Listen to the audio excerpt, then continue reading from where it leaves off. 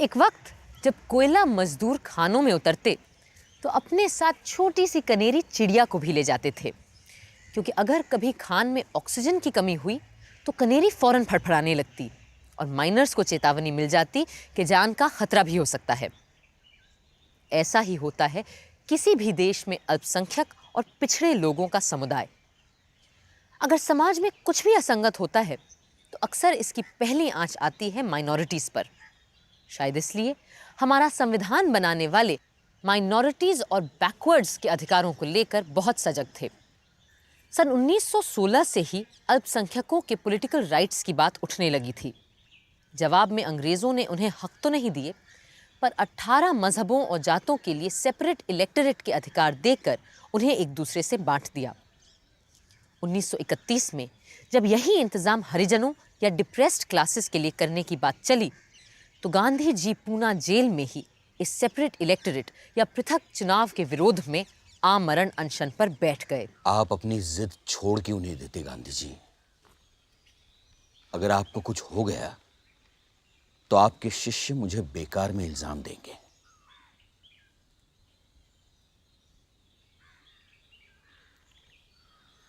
आमरण अनशन करने का फैसला मेरा अपना है, और अगर मुझे कुछ हो गया तो उसके लिए कोई और नहीं, सिर्फ मैं जिम्मेदार होऊंगा।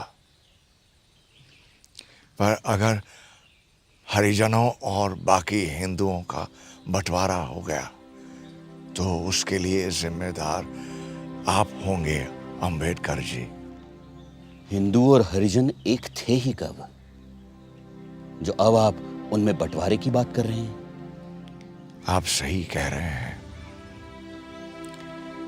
हिंदू संप्रदाय ने हरिजनों को सदियों से अछूत बना के रखा है, पर अब जब मौका आया है कि राजनीतिक रूप से दोनों साथ साथ आ सकें, तो आप क्यों हरिजनों के लिए अलग चुनावी व्यवस्था की मांग कर रहे हैं?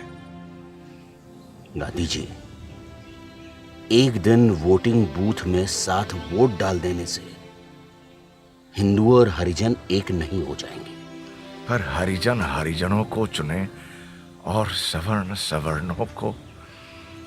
इस कायदे से तो तुम उन्हें हमेशा के लिए अलग रखने का इंतजाम कर रहे हो। मेरी तजवीज ये है कि हम हर बार कुछ ऐसी सीटें तय करें जिनमें हर एक को केवल हरिजन कैंडिडेट ही चुनने होंगे, फिर वो खुद चाहे किसी भी वर्ग वर्ण के क्यों ना हो। और बाकी सीटों पे भी हरिजन को उसी तरह से खड़े रहने का अधिकार होगा जैसे कि किसी भी हिंदुस्तानी को। मुझे सोचने के लिए थोड़ा वक्त चाहिए होगा गांधी जी। अंत में गांधी जी की बात डॉक्टर अंबेडकर ने मानी और दोनों ने प्रसिद्ध पूना समझौते पर दस्तखत किए। यूं दलितों के लिए अलग चुनाव व्यवस्था की बात खत्म हुई। दिसंबर 1946 संविधान सभा के बनते ही 1 महीने के अंदर सबसे पहले जो कमेटियां बनी थीं उनमें डिप्रेस्ड क्लासेस और माइनॉरिटी राइट्स की कमेटी भी थी, जिसमें पूरे 72 लोग थे। यदि आप मुझे आज्ञा दें तो मैं यहां इतिहास की बात करना चाहूंगा। प्रथम विश्व युद्ध के बाद पूर्वी यूरोप के कई देशों जैसे चेकोस्लोवाकिया, बुल्गारिया, हंगरी और ऑस्ट्रिया आदि में जहां माइनॉरिटीज के लोग बड़ी संख्या में रहते थे, यहां की सरकारों ने अपने संविधानों में माइनॉरिटीज के राइट्स को इंक्लूड किया। मगर इनकी गारंटी किसने दी? दूसरे बाहर के देशों की सरकारों ने। और नतीजा क्या हुआ कि द्वितीय युद्ध के आते आते इन जगहों से इन माइनॉरिटीज का अस्तित्व ही खत्म हो गया, मिट गए ये लोग नक्शे से। इससे एक सबक मिलता है कि माइनॉरिटीज को सुरक्षा कोई बाहर वाला नहीं दे सकता, बल्कि वही बहुसंख्यक समुदाय दे सकता है जिसके बीच में यह छोटा तबका रहता है।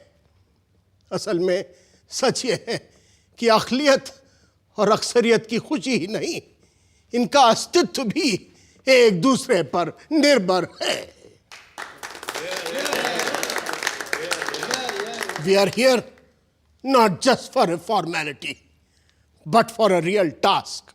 And I hope the work of this committee will bring concord, amity, goodwill, and trust in place of mutual strife that exists on the political stage today.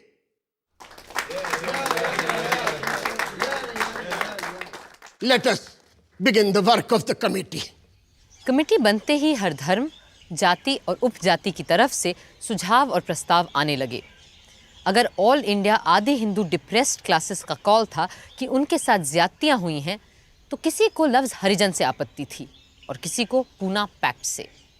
किसी को सरकारी नौकरी का प्रावधान चाहिए था तो किसी को शिक्षा के लिए खास बजट और भूमिहीनों के लिए ज़मीनें।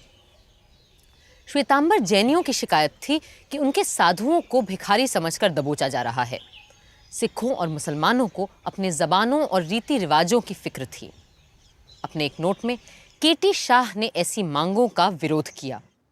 व्यक्ति की आज़ादी और पूजा अर्चना की स्वतंत्रता के साथ साथ अपनी अपनी भाषा और संस्कृति को सुरक्षित रखने की बात भी उठाई जा रही है। किंतु अगर इस मांग को माना गया तो ना केवल विभिन्न समुदायों के बीच के अंतर बरकरार रहेंगे, बल्कि एक सांझी भाषा बनाने के काम में भी रुकावट आएगी।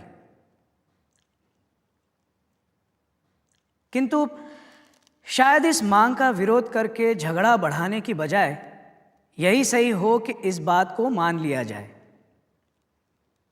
धार्मिक रीति रिवाजों, रस्मों के मानने निभाने के नियमों में कोई परिवर्तन ना करना ही ठीक होगा।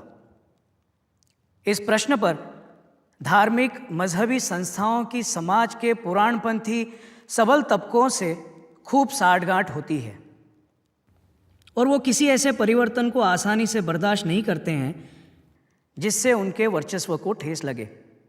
हालांकि किसी भी संप्रदाय को सुरक्षा के नाम पर छूट देने से केवल प्रतिक्रियावाद या रिएक्शनिज्म को ही बढ़ावा मिलता है। अगले कुछ महीनों में जब कमेटी फिर मिली तो कई महत्वपूर्ण बातें समाज के उन वर्गों को लेकर हुईं जिनकी हिफाजत और बढ़ावा हम सबकी जिम्मेदारी है। As far as properties are concerned, we ought to provide for restrictions in public interest for the protection of minority and backward groups. Absolutely. And this is very important. Very, very important. You see, I being an Adivasi can vouch for the fact that this one thing either makes me, gives me a new life or finishes me off completely. We must make it definite that the lands of the Adivasis are protected. And I want it to be definitely, most certainly mentioned in the Constitution. Very well. In pursuance of what Sri Jaipal Singh has just said, we might add, after public interest, including the protection of minority groups and tribes. Why not? उस दिन एक हक तो हमने हर आदिवासी को दे ही दिया कि उनकी भूमि न कोई खरीद सकता है और न वो उसे किसी गैर आदिवासी को बेच सकते हैं। एक और वर्ग है जिसे अलग दमित शोषित श्रेणी के रूप में देखा जा सकता है, क्योंकि हमारे समाज ने उन्हें न कभी बराबरी का हक दिया न दर्जा, और वो हैं हमारे देश की महिलाएं। इस कमेटी का सबसे पहला और अहम काम ये होना चाहिए कि वो कोई ऐसे रास्ते सुझाएं जिससे समाज में माइनॉरिटीज़ को अलग थलग करने के जो रिवाज हैं उन्हें ख़त्म कर दिए जाएं। इनमें माइनॉरिटी ग्रुप्स हैं, अंडर प्रिविलेज्ड हैं, दमित लोग हैं और औरतें भी हैं। मेरे हिसाब से औरतें इस समाज की सबसे बड़ी माइनॉरिटी इकाई हैं। न सिर्फ रस्म रिवाज हमेशा से हम औरतों के साथ बेरहमी का सलूक करते आए हैं, बल्कि कानून भी हमेशा से औरतों की मुखालफत में लामबंद रहा है और आज भी है। लेकिन औरतों ने कभी अपने आप को इस समाज से अलग नहीं माना है, ना आगे मानेंगे। हम सिर्फ इतना मांग रहे हैं कि औरतों को भी कानून के समक्ष, समाज में और शिक्षा के मामले में बराबरी के हक मिलें, क्योंकि ये हर इंसान का हक है। राजकुमारी अमृत कौर एक अच्छी ईसाई महिला थीं और हर एक की अच्छाई पर यकीन करती थीं, पर दूसरों को इतना भरोसा नहीं था। The tendency of the majority, as of all those in power, is to make little of the rights and liberties of a minority. This is supported by the history of every age and country. That's why every kind of minority requires safeguards for the defense and preservation of its rights and liberties. मेरा ये मानना है कि minority को कभी majority से अपनी सुरक्षा की भीख नहीं मांगनी चाहिए, बल्कि पूरी हिम्मत से अक्सरियत की दरियादिली पे भरोसा रखना चाहिए, क्योंकि मेरा मानना है कि कोई भी संविधान चाहे कितनी भी बारीकी से क्यों ना लिखा गया हो, इस बात की गारंटी नहीं दे सकता कि अब सारी अदावत और लांग डांट मिट जाएंगी। ये भरोसा तो सिर्फ और सिर्फ लोगों का आपसी प्यार और भरोसा ही दिला सकता है। If that is so, we must have provision for adequate representation of all such minorities in all departments of administration. मेरे विचार से हमें समग्र रूप से देखना होगा कि हम संविधान में अल्पसंख्यकों की हिफाजत के लिए किन रक्षा उपायों का इस्तेमाल कर सकते हैं। राजनैतिक रूप से, आर्थिक, सामाजिक, धार्मिक, शैक्षिक रूप से, सांस्कृतिक रूप से भी हमें ऐसे कुछ सेफगार्ड्स बनाने पड़ेंगे कि हमारे अल्पसंख्यक समुदायों की पूरी सुरक्षा हो सके। I agree with you. और कितने दिनों तक हम ये रक्षा कवच प्रदान करेंगे, ये भी हमें तय करना होगा, और ये कि कब इसे समाप्त कर दिया जाए। We will abolish them when we do not need them. नहीं, हमें अपने लिए एक समय सीमा तय करनी पड़ेगी कि इतने दिनों में हम अपने समाज से पिछड़े और अगड़े वर्गों का भेद मिटा देंगे जिसने सदियों से हमें बांध कर रखा हुआ है। मेरे विचार से असल में उस दिन भारत सचमुच में आजाद होगा।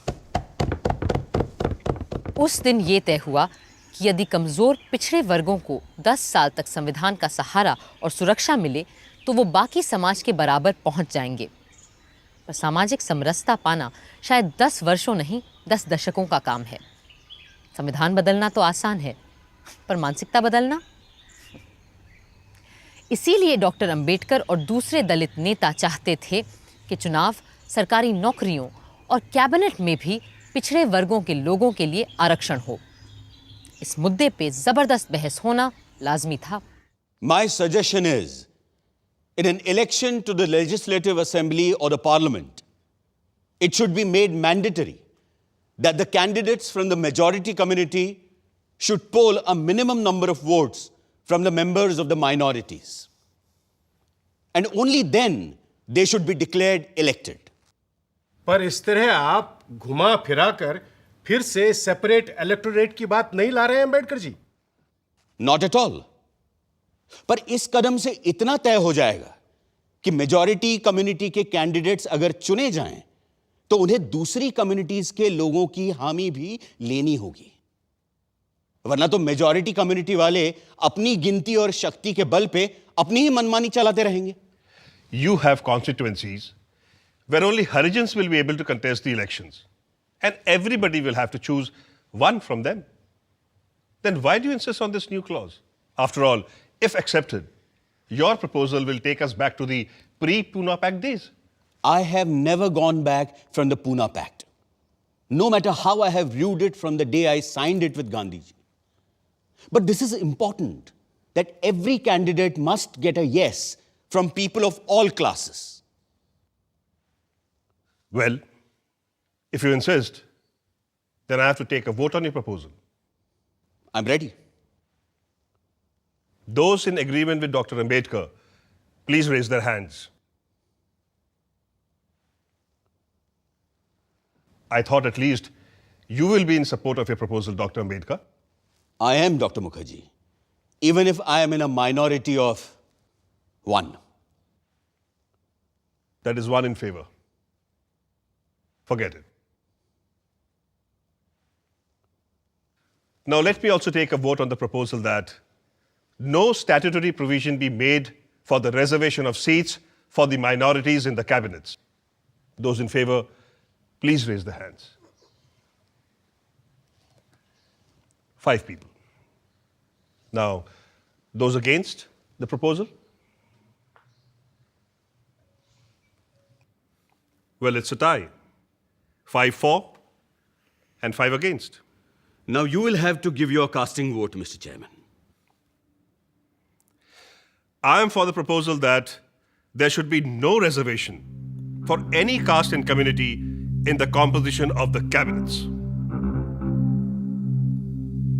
वोट से ये भी तय पाया गया कि नौकरियों में अनुसूचित जातियों, असम के आदिवासियों, पिछड़े मजबी सिखों और एंग्लो इंडियंस को भी आरक्षण मिले। फिर 7 के मुकाबले 9 वोटों से ये भी पास हो गया कि नौकरियों में मुसलमानों को भी आरक्षण दिया जाए। मगर जब सैयद अली ज़हीर ने इस बात को और आगे बढ़ाया तो कुछ लोगों ने इसकी मुखालिफत की और खफा होकर मौलाना हिफ्जुर रहमान और अन्य मुस्लिम मेंबरान वॉकआउट कर गए। नतीजे में मुसलमानों को आरक्षण देने का प्रस्ताव रद्द कर दिया गया।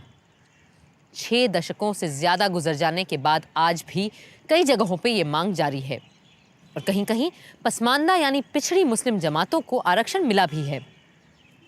1 महीने बाद जब माइनॉरिटीज़ कमेटी फिर मिली तब भी धर्म और रीति रिवाजों को लेकर बहसें जारी रहीं। We have with us the interim report and recommendations of the subcommittee on minorities, as well as notes prepared for us by Shri Alladi Krishnaswamy Iyer and Rajkumari Amrit Kaur. Perhaps the Rajkumari would like to present her views to the committee herself. Fundamental rights committee की report की clause 16 को जिस तरह से minorities committee ने बदल दिया है, मैं उसके सख्त खिलाफ हूं। बहुत सोच विचार कर, बहुत बातचीत के बाद फ्री प्रैक्टिस ऑफ रिलीजन जैसी बात को संविधान में हमने कोई जगह नहीं दी थी। यहां मौजूद सब लोग जानते हैं कि धर्म के नाम पर किस तरह की कुप्रथाएं चलती आ रही हैं। फिर वो चाहे पर्दा हो, एक आदमी की कई बीवियां हो, जानवरों की बलि हो या लड़कियों को देवदासी बनाने की प्रथा हो और भी न जाने क्या क्या। अपने मन का धर्म मानने और उस पर चलने की आज़ादी और अपनी अपनी पूजा प्रार्थना करने की आज़ादी के बाद किसी व्यक्ति या किसी समुदाय को और क्या चाहिए? इस सब के ऊपर से धार्मिक अधिकारों को जस्टिसेबल राइट बनाना, मेरा मानना है, बहुत बड़ी हिमाकत होगी और इससे समाज के आगे बढ़ने और मजहबी झगड़ों को खत्म करने के काम में भी अड़ूंगा ही लगेगा। सबसे गर्मा गर्म बहस अस्पृश्यता यानी अनटचेबिलिटी के सवाल पर हुई। Next on the agenda, untouchability in any form shall be abolished. अस्पृश्य का मतलब यहां हर प्रकार की छूत अछूत से नहीं हो सकता। मैं आपको निश्चित तौर से बता सकता हूं कि एक हिंदू के लिए कोई मुसलमान या क्रिस्तान अछूत होते हैं और प्रलय के दिन तक वो अछूत ही रहेंगे। मेरे तई यहां हमारा अर्थ हिंदू समुदाय में फैली हुई छुआछूत से। Do you mean to say that untouchability should be restricted? प्रश्न हिंदू समाज में निहित छूत अछूत की परंपरा का है। The idea here is that untouchability in any form should be abolished. क्रिस्तानों और मुसलमानों को इस बात की फिक्र ही नहीं रहती कि हिंदू उन्हें अछूत मानते हैं या नहीं। So do you mean to suggest that so far Christians and Muslims are concerned, untouchability should be retained? मेरा ये अर्थ नहीं है। But your suggestion will result in that. You are probably aware that there are some Christians who suffer from the same disabilities as the Hindu untouchables. This is to say, the depressed class who have been converted into Christianity in Travancore, Malabar and Cochin. हमें इस समिति के उद्देश्य के बारे में साफ होना पड़ेगा कि क्या हम यहाँ केवल हिंदुओं में अस्पृश्यता हटाने के लिए बैठे हैं या ईसाइयों, मुसलमानों और सिखों में भी, यानी कि सब में छूत अछूत मिटाने को जमा है। As far as I understand, it is about untouchabilities of all kinds. If somebody says to me, I'm not going to touch you, that's not a civil right that I can enforce in a court of law. There are certain disabilities that arise from the practice of untouchability in India. What we should provide for is that these disabilities which exist in regard to the individual, whether he be a Christian, Muslim, or anybody else, should be eradicated by the process of law. I would suggest that the imposition of any disability of any kind and such a custom of untouchability should be deemed a criminal offense. यूं 5000 साल से चली आ रही छूत अछूत की घृणित प्रथा को हमारे संविधान ने हमेशा के लिए निकाल के फेंक दिया। जिनकी छाया पड़ना भी पाप माना जाता था, आज वही लोग बढ़ चढ़कर नया भारत बना रहे थे। और इनमें सबसे आगे थे डॉक्टर भीमराव अंबेडकर, श्री जगजीवन राम, श्री मुनिस्वामी पिल्लई जैसे अनेकानेक लोग। 27 अगस्त को सरदार वल्लभ भाई पटेल ने अल्पसंख्यकों के अधिकारों पर अपनी रिपोर्ट पेश की। अब तक कमिटियों में तय की गई बातों को आज पूरी सभा के इम्तिहान से गुजरना था। On behalf of the advisory committee, I beg leave to place this report on minority rights before this House. I am happy to say that this report has been a result of the general consensus of the opinion of minority itself and the majority. We have tried as far as possible to meet the wishes of all the minorities. Now, let us hope that we will leave this legacy of bitterness behind, forget the past, and start with a clean slate. जहाँ तक legislatures में नुमाइंदगी का प्रश्न है, यानी joint electorates रहे या सेपरेट इलेक्टोरेट, इसको लेकर एक दशक से काफ़ी हंगामा हो चुका है, जिसका नतीजा हमारे लिए बहुत दुखदायक साबित हुआ है। अब सब इस राय पे एकमत है कि पृथक निर्वाचन क्षेत्र को खारिज करके आइंदा सारे के सारे निर्वाचन क्षेत्र साझे ही रहेंगे। ये फैसला एक बहुत बड़ा और सुखदायक कदम है। आगे हमने ये भी फैसला किया है कि सरकारी नौकरियों में कुछ विशेष कम्युनिटीज़ के लिए आरक्षण ज़रूरी है, विशेष करके एंग्लो इंडियन कम्युनिटी, अनुसूचित जातियां और जनजातियों के लिए कई लिहाज से अलग प्रावधान करने होंगे। उस ऐतिहासिक रिपोर्ट के समर्थन में उठी पहली आवाज थी मद्रास के श्री मुनिस्वामी पिल्लई की। Sir, the document that has been produced by the advisory committee, I consider to be the Magna Carta for the welfare of the Harijans of this land. One question that has been in the mind of everybody is whether the Pune Pact will show any signs of change in the heart of the caste Hindus of this country. The very inclusion of Dr. Ambedkar in the present Dominion cabinet is a change of heart of the caste Hindus, that the Harijans are not anymore to be neglected. Mr. President, sir, I believe that today's conditions are a challenge to the minorities. Every wise minority will look forward to a time sooner or later when it will take its place not under some communal label or designation, but as part and parcel of the whole Indian community.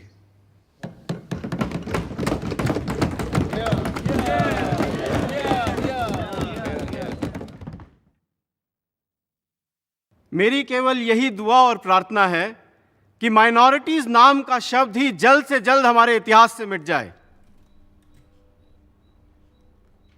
10 साल जो हमने दिए हैं, काफी लंबा वक्त होता है, और मुझे पूरी आशा है कि 10 सालों से बहुत पहले जब हम लोग मिलेंगे तो माइनॉरिटीज वाले खुद आकर कहेंगे, हमें आपसे ना कोई विशेष अधिकार चाहिए, ना विशेष समर्थन।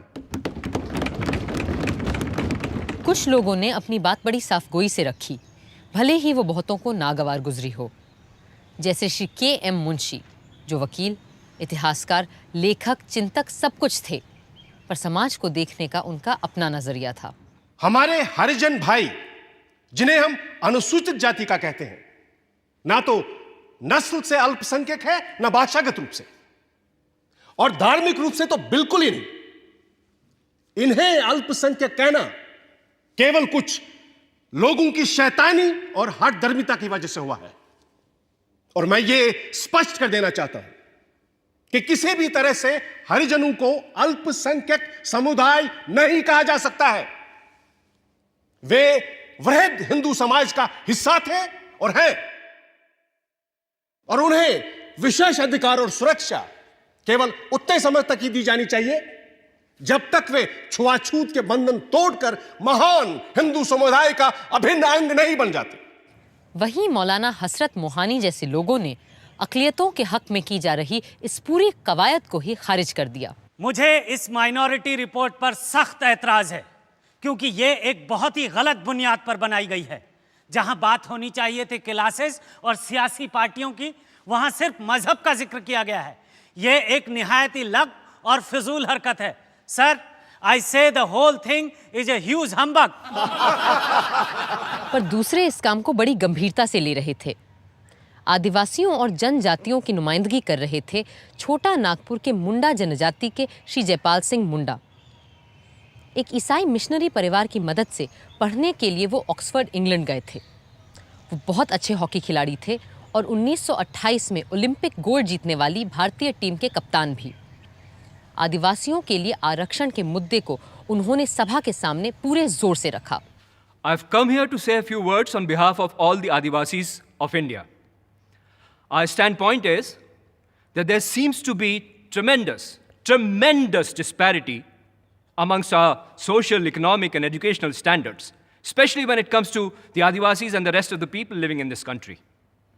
And I am of the firm belief that unless we introduce some kind of statutory compulsions and implement them, it's going to be very, very difficult for us Adivasis to come up to the general population level. See, the Adivasis also want to be treated exactly the same way as the rest of the people are treated in this country, which was not the case up until now. In the past, we have been isolated, marginalized, and kept away from the mainstream as though we were some species that belonged in a zoo. See, the whole point is that you've got to mix with us, and we are willing to mix with you. And that is precisely why we have insisted on the reservation of seats. Sardar Patel की report तो पास हो गई, पर जब उसके appendix का number आया तो कई अमेंडमेंट्स रखे गए। और अब सरदार पटेल के सामने थे सरदार बहादुर बी पोकर साहब। उनकी तजवीज़ थी कि सन 1936 में मुसलमानों को मिले अलग चुनावी अधिकार बरकरार रहने चाहिए।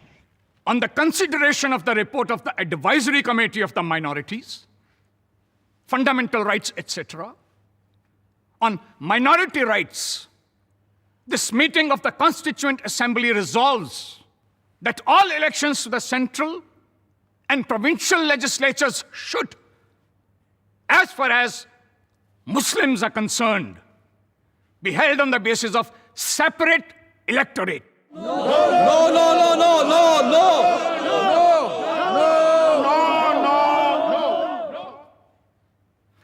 This institution of separate electorates was being enjoyed by the Muslim community from the first 4 decades of the century. That is, for over 40 years. And now the moment independence has been obtained, it has been abolished. This would give rise to the feeling amongst Muslims that at this critical stage, they are being deprived of the benefits of this institution. And they are being ignored. And their voices stifled.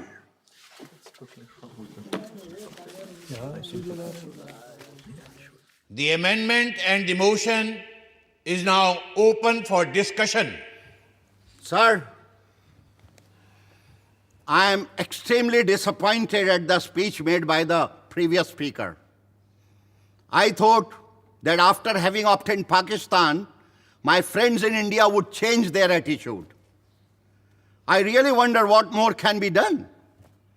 We are going too far in trying to placate them in every possible way.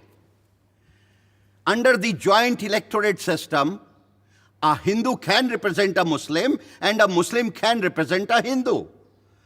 I will represent you much more than you do because I know that I'm not a Muslim, and as such, I'll always have a special sense of duty and so look after your interests well. So why not take advantage of that? And this is possible only if we have joint electorates. It would not be wrong for me to quote Mr. Jinnah in this connection. Whatever he may have said before partition, now this is what he said, and I quote, "My idea is to have a secular state here." Somebody asked, religious or secular? And he said, "Hindus and Muslims are alike to me, and they should have equal opportunity. I'm trying to make a common nation for both of them."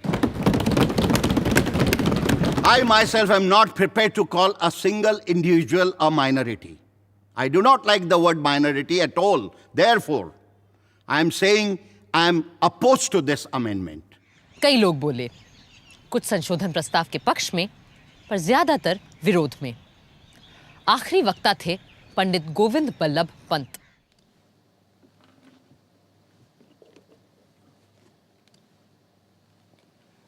Sir, what do the minorities desire? Do they want to have any share in the government and its administration? I tell you, you cannot have one genuine seat in cabinet if you segregate yourself from the rest of the community, because every member of cabinet is answerable to one common electorate. Are you prepared to give up your right of representation in the government and be satisfied with the pitiable position which is no more than being an advocate of your own little community? Sir, I want all minorities to have an honorable place in the Union of India. I want to have full opportunity for self-realization and self-fulfillment. I want this synthesis of culture, fully maintaining the principles of equality, liberty, and fraternity.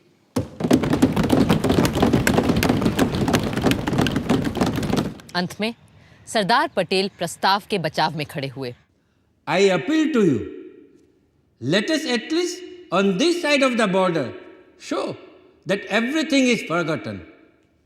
And if we want to forget, then let us forget what has been done in the past and who is responsible for what is happening today. Therefore, I once more appeal to you to withdraw this amendment and let us pass this unanimously. So the world outside will also understand that we are united.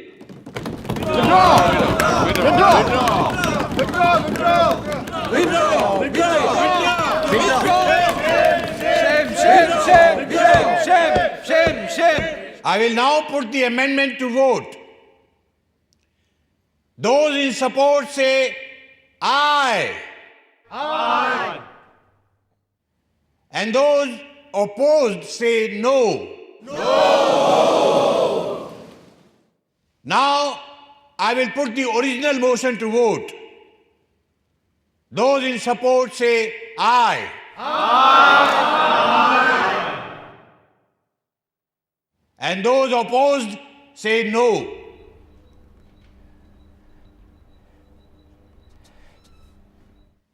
Ayes have it. Ayes have it. Ayes have it. The motion is adopted.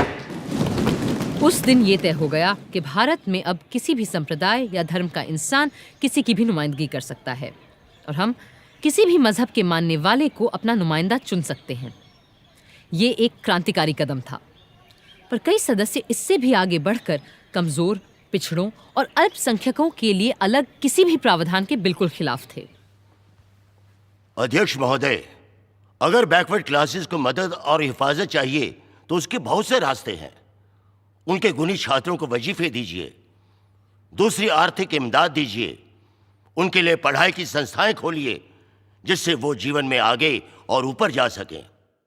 पर इस तरह backward और forward classes के नाम पर समाज को हमेशा हमेशा के लिए बांट देना एक ऐसी हिमाकत होगी जिसकी कीमत पूरे समाज और पूरे देश को अनंत काल तक चुकानी पड़ेगी, और इसके नुकसान का हम अभी अंदाजा नहीं लगा पाएंगे।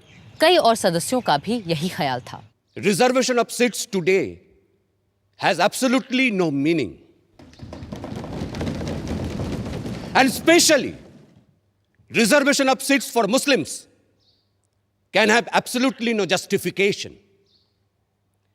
After having divided the country on basis of two-nation theory with all its implications, after having provided in the Constitution fundamental rights, some of which are justiciable, after having provided in the Constitution directive principles of governance, after having provided adult suffrage in the Constitution, after having done all this, does anyone feel called upon to provide for any reservation?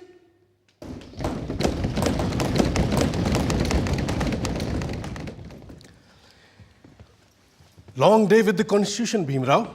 Yes, after a short nap, a long night with the Constitution. आपकी मेहनत देखकर तो ईर्ष्या होती है। अब आप लोगों ने काम दिया है तो पूरा तो करना पड़ेगा, फिर दिन क्या और रात क्या। भीमराव, आपसे एक बात करनी थी। जी बोलिए। आपने तो देखा ही है सभा में कितने लोग सरकारी नौकरियों में आरक्षण का विरोध कर रहे हैं। अब अगर शेड्यूल कास्ट और शेड्यूल ट्राइब वालों को आरक्षण दिया गया तो आप तो जानते ही हैं फिर सिख, ईसाई, पारसी, मुसलमान कोई पीछे नहीं रह जाएगा। हाँ, मगर सिख, ईसाई, पारसी, मुसलमान या किसी और का मुकाबला अनुसूचित जनजातियों के साथ नहीं हो सकता। ये सारी जातियां पैसे वाली भी हैं और सोशली सिक्योर्ड भी। ठीक बात है, पर अगर एक बार आरक्षण का दरवाजा खुल गया तो देखिएगा सभी लोग अपना हक मांगेंगे और हिंदुओं के लिए सरकारी नौकरियों में जगह नहीं बचेगी, जबकि संख्या में वो सबसे ज्यादा है। आप चाहते क्या हैं? सिर्फ मैं ही नहीं, सरदार पटेल भी यही चाहते हैं कि हो सके तो संविधान में आरक्षण की बात ही हटा दी जाए। मेरे रहते संविधान से आरक्षण नहीं हटने वाला, चाहे आप कितना भी जोर लगा लें मुंशी जी। पर कोई रास्ता तो हो सकता है ना? हाँ, एक रास्ता है। मैं ही हट जाता हूं संविधान की ड्राफ्टिंग कमेटी से। अरे फिर आप लोग जैसा चाहें वैसा संविधान बना लीजिएगा। सुनिए भीमराव, भीमराव सुनिए तो। उस दिन से डॉक्टर अंबेडकर ने संविधान का मसौदा बनाने का काम बंद कर दिया और ये भी संदेशा भेज दिया कि वो ड्राफ्टिंग कमेटी से ही नहीं, लॉ मिनिस्टर के पद से भी इस्तीफा दे देंगे। ऐसे गुणी, मेहनती और जिम्मेदार इंसान के जाने की आशंका से खलबली मच जाना लाजमी था। अब एक ही रास्ता सामने था और एक ही संकट मोचक।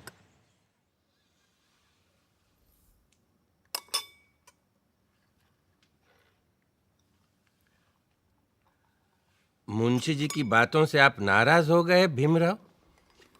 लेकिन वो तो आपकी बात लेकर आए थे मेरे पास, इसीलिए मैंने कहा कि मैं ही ड्राफ्टिंग कमेटी से हट जाता हूं।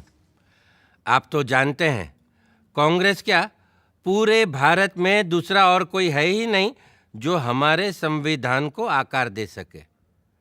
खुद बापू भी यही कहा करते थे। लेकिन आप उनकी बात मानते कहां हैं पटेल जी? गांधी जी पिछड़ों को रिजर्वेशन देने की मेरी तजवीज से सहमत थे। पंडित नेहरू ने तो खुद पंडित होते हुए भी यह कहा कि सदियों से हिंदुओं ने निरीह अछूतों और आदिम जातियों को बेबसी, दरिद्रता और अशिक्षा में रखा। फिर अगर हमें उन्हें सबके साथ बराबर लाना है तो हमें उन्हें स्पेशल ट्रीटमेंट देना ही होगा। आपकी बात सही है, पर आप तो जानते हैं कि बड़े पदों पर हम मेरिट के आधार पर ही लोगों को ले पाएंगे। तो फिर क्लर्कों की नौकरी के लिए इतना बड़ा जोखिम उठाना? जोखिम? मुझे तो इसमें कोई खतरा नजर नहीं आता। खतरा यह है कि अगर हमने एक विशेष वर्ग को आरक्षण दे दिया तो बाकी के लोग भी आरक्षण की मांग करेंगे और भारत भर में जातिवाद का यह जहर फैलता जाएगा। जहर तो हमने पिया है सदियों से और फिर भी हम जिंदा हैं। रीढ़ की हड्डी तोड़ डाली आप लोगों ने हमारी, फिर भी हम लोग खड़े हैं। अरे एक बार हमें अपने बराबर आने का मौका तो दीजिए पटेल जी, फिर देखिए कैसे हम आगे निकल जाते हैं। और यह काम बिना आरक्षण के नहीं होगा। अगर फिर भी मेरी बातें आपको जहरीली लग रही हैं तो मैंने अपना इस्तीफा तैयार रखा है, आप खुद लेते जाइएगा। मैं बड़ा जिद्दी आदमी हूं अंबेडकर जी, लेकिन मूर्ख नहीं हूं, किसान हूं। देखकर ही बता सकता हूं कि कौन सा बीज कल मुझे अच्छी फसल देगा।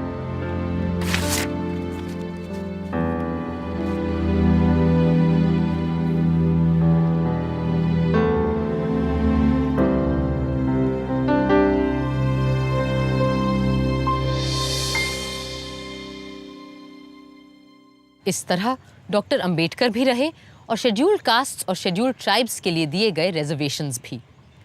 पर कई दूसरों ने अनुसूचित जातियों और जनजातियों के दायरे को बढ़ाने की बात सामने रखी और समाज के उस हिस्से की बात भी की जिसे हम आज अन्य पिछड़ी जातियों या ओबीसी के नाम से जानते हैं।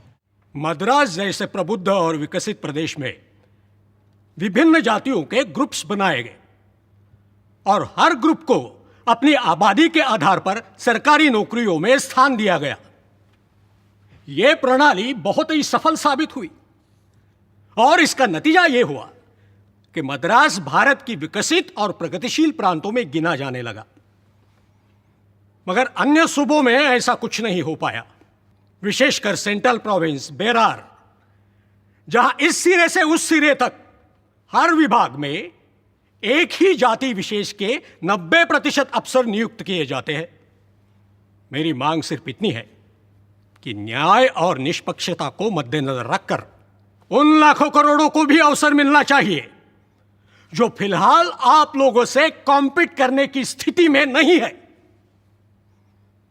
केवल अनुसूचित जातियों या अनुसूचित जनजातियों को पिछड़ों की श्रेणी में रखना कहां तक उचित है? उनसे भी अधिक करोड़ों पिछड़े लोग हैं और इन सब के लिए ना ही कोई प्रावधान है न व्यवस्था।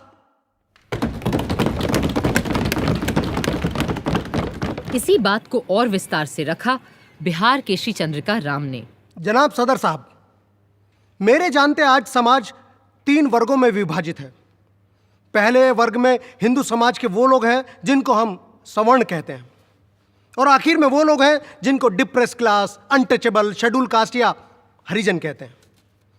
लेकिन इस देश का एक बहुत बड़ा हिस्सा वो है जो इन दोनों के बीच में है, जिसको बैकवर्ड कहा गया है। मैं आपको केवल नमूने के लिए बिहार की बात बता दूं कि वहां इस बैकवर्ड क्लास में, जिसे सेंसस में भी कहा गया है, उस बिहार में सबसे बड़ी पॉपुलेशन है। उनके प्रतिनिधित्व को देखें तो आपको पता चलेगा कि वहां कोई है ही नहीं, सिवाय एक कम्युनिटी को छोड़कर, जिसे हम लोग अहीर कम्युनिटी कहते हैं। बैकवर्ड क्लास हरिजन क्योंकि बैकवर्ड क्लास है, इसलिए हम उसको इतनी सुविधाएं देते हैं। और क्यों ना वो आर्ग्यूमेंट हम उन पर भी लागू किया जाए और उन लोगों को भी वही सुविधाएं और वही रिजर्वेशन दें। जो लोग ऐसा समझते हैं कि इस देश में बैकवर्ड नहीं है, तो उनको मैं इतना ही कहना चाहूँगा कि इस देश के इतिहास को, समाज की प्रगति को और आज के हालातों को आंखें मूंद कर देख रहे हैं, वो आंखें खोल कर नहीं। कई लोगों को डर था कि पिछड़ी जातियों के दायरे को बढ़ाते जाने से कहीं उन लोगों के अधिकार कम न हो जाएं जिन्हें संवैधानिक सहारे की सबसे ज्यादा जरूरत थी। If this happens, then I'm afraid the scheduled caste will never get a chance, as the word backward would be interpreted in such a way that the people of other caste will also claim to be backward and get the chances on the reserve post. Therefore, sir, before resuming my seat, I would request you to see that the machinery which will operate this clause should be so pure that a clear distinction should be made between the scheduled caste and the other people who come under the category of backward classes. चुनाचे अन्य पिछड़ी जातियों के विशेष अधिकारों का मामला टाल दिया गया और समाज के इस महत्वपूर्ण तबके को 1989 में मंडल कमीशन के आने तक अपने अधिकारों के लिए इंतजार करना पड़ा। उधर अलग अलग धर्मों और मतों के पर्सनल लॉज का टेढ़ा सवाल सबके सामने था, और शायद आज भी है। एक यूनिफॉर्म सिविल कोड बनाना जहां संविधान की जिम्मेदारी थी, वहीं पर्सनल लॉज को सम्मान देना भी।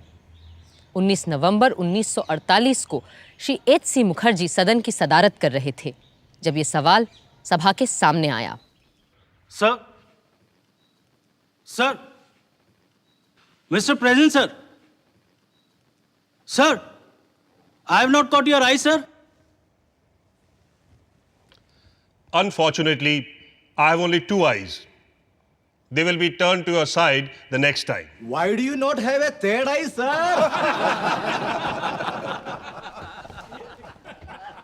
Please go ahead, Mr. Karimuddin.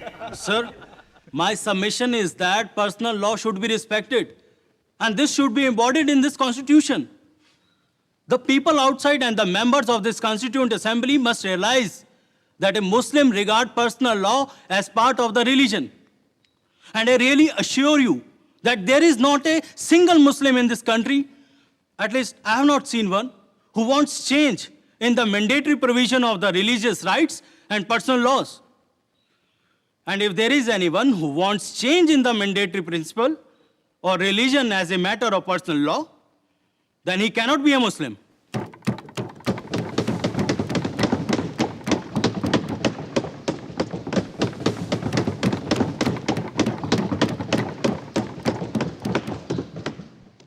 I would like to say that any party, political or communal, has no right to interfere in the personal law of any group. More particularly, I say this regarding Muslims. There are three fundamentals in the personal law, namely religion, language, and culture, which have not been ordained by human agency. The personal law regarding divorce, marriage, and inheritance has been derived from Quran, and its interpretation is recorded therein. If there is anyone who thinks that he can interfere in the personal law of Muslims, then I would say to him, the result will be very harmful. Mohani साहब आप कृपया करके बैठ जाइए बैठ जाइए बैठ जाइए बैठ जाइए बैठ जाइए आप बैठ जाइए I say from the floor of this house that they will come to grief. Muslims will not submit to any interference in their personal law. If anybody has got the courage to say so, then I declare. Sit down. क्या declare करना चाहते हैं मौलाना साहब आप? क्या बातें कर रहे हो? सब कितना बोलते हो आप? अरे बंद करो बोलना यार। Sit down. बैठ जाइए आप। Order. मौलाना साहब आप बैठिए। फूल सिंह जी, बैठ जाइए आप। मैं इस हाउस से साफ ऐलान कर देना चाहता हूं कि इस मुल्क का मुसलमान किसी को हमारे पर्सनल लॉ यानी शरिया के मुद्दे पर दखल अंदाजी बर्दाश्त नहीं करेगा, और अगर किसी ने जुर्रत की तो हम जी जान से उसकी मुखालफत करेंगे, और ये गुस्ताखी करने वाले को पूरे मुस्लिम समाज की अहद और इरादे की मजबूत दीवार को तोड़कर गुजरना होगा। इस तरह की बातें करें, बैठ जाइए आप। मोहानी साहब आप कृपया करके बैठ जाइए। में विश्वास करने वालों को उनके पर्सनल लॉ के आधार पर नरसंहार करने की अनुमति दे देंगे। अरे क्या बात है बहुत बोल चुके बैठो नीचे सब कितना बोलोगे आप अरे बैठो नीचे ऑर्डर आप धमकी देना चाह रहे हैं किस तरह की धमकी दे रहे हैं कैसी भाषा का प्रयोग कर रहे हैं सदर साहब क्या बात कर रहे हैं order will the honourable members of the house please take their seats please बैठ जाइए बैठिए आप भी बैठ जाइए बैठिए प्लीज बैठिए Our Mohammedan friends who moved the amendments wanted a double guarantee that their personal law ought not to be interfered with.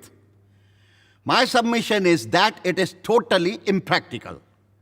For in an advanced society, even the members who belong to a particular community may desire their personal law to be changed. But if we make provision here that the personal law shall not be interfered with, there will not be any right to the members of that community itself to modify that law. This is only an enabling provision. Without the consent of the affected minority, no such law will be framed. I, therefore, feel it is unnecessary to include it in the fundamental rights. आखिर में सारी बातों को स्पष्ट करने खड़े हुए doctor Ambedkar. This matter was very completely and very sufficiently discussed and debated at the time when we discussed the directive principle which enjoins the state to bring about a uniform civil code. I do not think it is necessary to make any further reference to it.